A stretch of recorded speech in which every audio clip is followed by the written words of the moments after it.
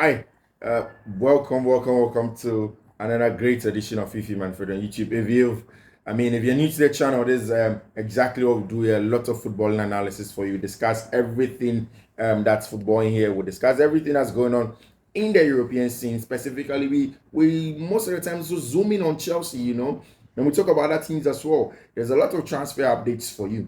But hey, if you were Chelsea fan and you watched that game last night that Chelsea had against Middlesbrough, it was a huge game. I'll tell you about it. Hey guys, if you're not subscribed, subscribe to that channel. This is Fiifi-Manfred on YouTube. There's a lot to talk about here this today on the channel. So I'll tell you about a couple of stuff. First of all, I'll tell you about exactly what Chelsea have been doing, the kind of statistics that Chelsea have stat padded, and already Chelsea's season is better than it was last season. I'll tell you about those crazy statistics. That's a little bit mind-boggling and mind-blowing. So just wait, stick and stay. Tell you about Kylian Mbappe. There's update on his transfer situation. Karim Benzema, Chelsea, and exactly what the owner did yesterday with respect to the game in there. There are a lot of details here on Fiifi-Manfred on YouTube. Do not go anywhere. Don't touch it down. If you're not subscribed to the channel, make sure you pause the video, subscribe to the channel. And of course, if you're not turning your notification, go back in there, turn on your notification, and then do choose all. My name is Fiifi-Manfred. This is Fiifi-Manfred on YouTube. Stick and stay with us. We'll go straight into the details. Of course, we'll give you all the updates in the African Cup of Nations. And yesterday, what happened to a lot of the teams, your favorite teams. Algeria have been bundled out of the competition. Ghana, of course, the days prior were out of the competition yesterday. It was made official. There has been a story of a good, gritty performance from Cameroon and how Samuel Eto'o and his team have escaped by the skin of their teeth, and they are in the round of 16 of the competition. There is also teams that are in the competition like Nigeria. Ivory Coast are still waiting for today's last round of games to see if they are going to go through into the knockout stage of the competition. So it's exciting times in African Cup of Nations. If you've not been following African Cup of Nations, then this is your home. Again, pause the video if you've not subscribed to the channel. Pause it now, subscribe to the channel. My name is Fiifi-Manfred. Stick and stay with me. Let us delve into every conversation that we have for you. And like you always do, let's start with the transfer conversation. And I'll start first with Karim Benzema because there is some interest from a lot of clubs. And for context sake, the last time I tried to explain, the fact is that Benzema says he feels some pressure. I think that is more religion inclined. So with everything that's going on in Palestine, with everything that's going on within Palestine and then of course Israel, he is a pro-Palestine person. Of course, Karim Benzema is Muslim. Saudi Arabia don't really want to meddle in the whole thing. In fact, Saudi are more the most pro-Muslim nation in the Middle East. So they try to stay away from some of these things. Benzema spoke about it at some point in time. His handlers were not happy that he did. It was in this that Saudi Arabia did break for some summer camp. He returned to training 17 days later. 17 days later. And that was when he returned to training. And this is something that wasn't really accepted by the top hierarchy of course, the Saudi football and, of course, Al Ittihad as well. Now, from then, the transfer possibility keeps on getting better and better. There are a lot of people that think that Mustafa Benzema may leave the club because of the unsettling nature of things that is going on. So people also think that, hey, maybe he just doesn't enjoy the game in the Saudi Pro League again and he wants to go away. And of course, there are clubs in Europe who would want to have Benzema's signature, like Lyon, his boyhood club, like Chelsea, who are in the offing, looking for some striker to, in the short term, so that maybe in the long term, in the summer, they may get the kind of young, exuberant striker that they need in their ranks. And especially in the context of what may happen to Armando Broja, and then the fact that Broja may be leaving the club on loan, and then the fact that he's not really scoring. And since Nicolas Jackson left Chelsea Football Club, Armando Broja has not been raking in the goals. He hasn't been putting up splendid performances. Performances have been a little bit wishy-washy. They've not been perfect. So, but in a game like this, in this time when Jackson left for the African Cup of Nations, people were expecting that Broja would take the position, by the sharp of his neck, hold it up, and then deliver with respect to results. But he's not delivering results. Everything seems to be stop-started by Armando Broja. Even last night where Chelsea walloped Middlesbrough by 6 goals to 1, he had just 1 goal involvement. And in that, was even an own goal. So people are beginning to ask a lot of questions about Mando Bria, and that's why Karim Benzema is off. But still, the Saudis, Al Ittihad say that, hey, we are not going to let him go just like that. We'll put in a fight. Again, it's about the image of the Saudi Pro League. They don't want Benzema leaving just 6 months until he coming. And then again, the fact that if he's not going to leave now and it's going to be a possible loan, they will not want to foot the bills for his wages. And you know Benzema is on some mad wages in the Saudi Pro League. So it is something that is still developing, and then we're waiting to see how it goes. So you keep your fingers crossed. You see, we wait to see how this goes, and then we'll see how everything will turn around. And of course, Kylian Mbappe's transfer issue is still around. Everybody seems to be talking about it, and I'll delve into it. I'll explain a couple of things to you.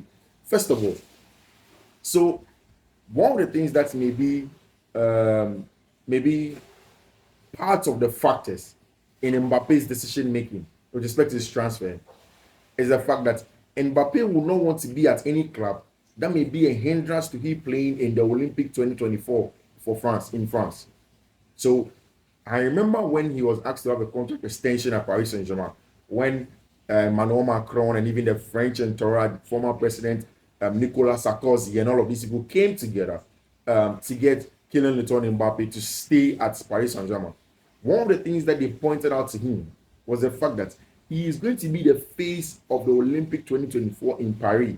So they don't want him going away in terms of media, in terms of brand imaging and everything. He was the face of everything that the French were going to do in that regard. Hence, they didn't want him to go away from the French Ligue 1. So it is in the light of this that Kylian Mbappe, was convinced to stay. Now, he's at a point of his career where he wants to move on. I mean, especially since Paris Saint-Germain are not giving exactly what he thinks that he has to get for a player of his caliber in terms of winning the Champions League. And if you're looking at what the likes of Jude Bellingham and Erling Haaland are doing, they may win the Ballon d'Or before him. And he doesn't want that. So he wants a club that will put him on that level, that will give him that pedestal to be able to win the Ballon d'Or. And of course, it's the celestial white angels of Madrid. It's Real Madrid that obviously can get that job done for you. And Madrid are on the table. It is just that a few things are yet to be ironed out. One, the fact that he will not want Madrid to stop him from playing in Paris 2024. It is not something that he wants to do. It's going to be a deal breaker.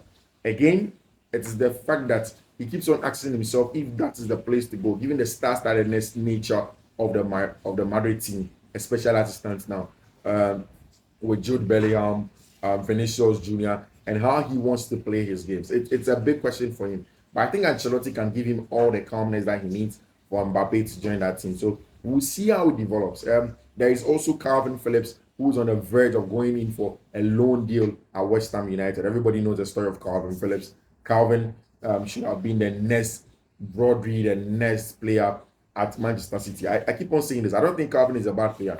I think it's just how Pep wanted to play by the time Calvin joined him.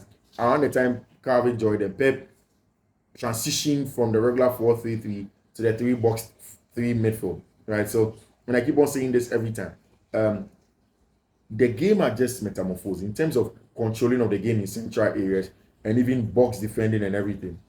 It was something that Pep was getting there, especially after that Champions League loss to Chelsea. He knew that he had to change something. And in changing something, he had to go in for that liberal role, sort of get John Stones to come inside, form a box midfield himself, Rodri, Gundogan, and then Bernardo Silva. Then they have 3 rest defense center backs that are very comfortable defending the box, especially knockout football.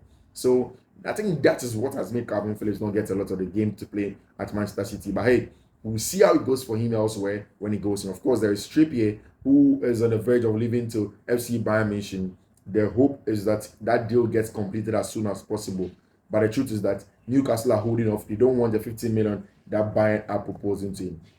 But in the context of Chelsea, so a lot of people, when the season started, said a lot of stuff. And I remember some of the things that people said was when results were not coming, they were trying to compare this season's results to last season under Thomas Tuchel, Graham Potter, and then Frank James Lampard. But the numbers are good. And I remember at the beginning of the season, some of us consistently said that there is growth. So there is a need to be patient. There's no point forcing things, especially at the beginning of a new project. You need to be patient. You need to be calm. You need to wait for the growth to metamorphose with time. And then when it bears fruit, you are going to enjoy it. And I think that the fruit is beginning to show at Chelsea Football Club. And I'll tell you why. Pochettino has been under a lot of pressure. But one of the things that for me kept me sticking with him was the fact that he's an excellent developer of young talent. And with any team that is young, he is the one that has the patience to calm them down. For every elite manager, they would want to force these guys to get results, man. They are not getting results, and for some reason, their methods are not working. Then the whole thing comes down completely. So I remember I kept on saying, people need to be much more patient. But then, whilst all of that was going on, I knew that there had to be some form of metamorphosis. So the metamorphosis was at the beginning, fighting to put Conor Gallagher in the team because he added that stillness, that bites, that combativeness, that aggression in the middle of the park and everything. There was a need to be patient because with time, that was going to phase out. That was affecting Chelsea in terms of breaking down low blocks. Because that's not, let's be honest, that's not Connor's stock in trade. That's not what he does for a living. He struggles to break down teams. He is the kind of player that's more concerted, more conservative. He would rather look for the safer option than the risky option. But when you want to break down low blocks, you want to be much more risky. But of course, you are in a structure where you want to quickly press and counter press to win balls quickly and then play forward. So that was one of the things. Last night he watched that game and there was no Conor Gallagher, but still the intensity was there. The dwelling ability of the midfield was there. There was very good combative way of playing. There was a lot of aggression that was needed in terms of the counter pressing that was needed in the team. And I, for one, feel that is a major step in terms of growth of the team from the eye test on the field and everything that you want to do. In terms of win, 2 weeks ago, so I told you that Chelsea have had more wins this season than they did in the Premier League, than they did the whole of last season. And Chelsea have also had consistent results and consistent wins at home in the Premier League, consistent cup run. The kind of teams that they met, yes, were not so many of the big boys, but then still they are getting the results and they are getting closer to the point where they want to get to. Now, you look at things like goals, especially when people view Mauricio Pochettino as a more defensively based manager. But you look at things like goals and you get wow, because it's a crazy stat. In 50 games last season, in the 2022-2023 season, under Thomas Tuchel, under Frank James Lampard, under Graham Potter, Chelsea scored only 51 goals. So 51 goals in 50 games. And that means that an average of about 1 throughout last season in terms of goals. And under 3 different managers, yes, there were a lot of unsettling stuff going on. But under Mauricio Pochettino, the team has played just about 28 games and they've done the 50 more, the 51 already. They've equaled that. And it tells you that there is proper growth. I mean, you look at things and you want to analyze stuff and say, okay, now there's actually growth. I need to be patient. I'm seeing the growth coming. So if there is growth that is coming, then where do I have to augment? Where do I have to shove up in terms of quality? Where do I have to see and say, okay, this is the little downside of everything I'm doing, and I need to try and do a little bit more. If I'm able to do more, then there will be extra growth in everything that I'm doing. And that is crazy, to be very honest with you. And you're having players like Cole Palmer having 18 plus goals and assists already this season. Yes, there's a conversation about penalty kicks, but if you don't score them, it doesn't count.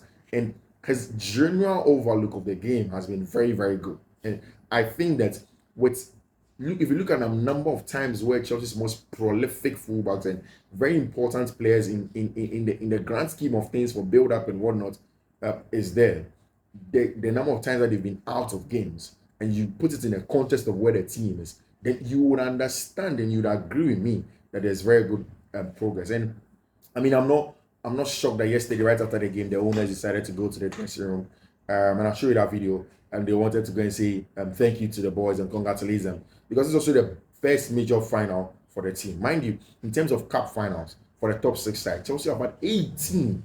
The closest to them has been Manchester United with 12. And it tells you how good a team is in terms of growth and progress and everything that they are doing. And for me, I'm excited. And there is growth. You see that there is growth.